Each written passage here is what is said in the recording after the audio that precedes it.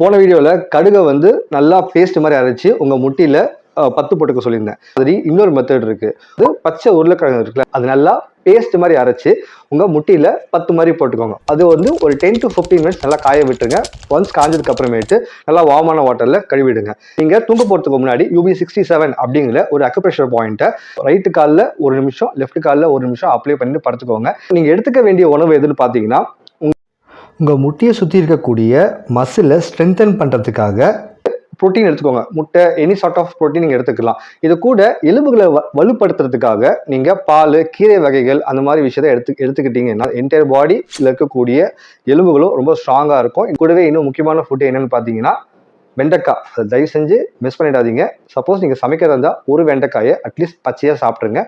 இந்த மெத்தட் நீங்கள் ஃபாலோ பண்ணிங்கன்னா 1 வீக்கில் ஒரு சூப்பரான ரிசல்ட் சொல்லும். அண்ட் உங்களோட ரிசல்ட் எப்படி இருந்துச்சு அப்படிங்கிறத கமெண்ட் செக்ஷனில் மறக்காமல் மென்ஷன் பண்ணுங்கள்.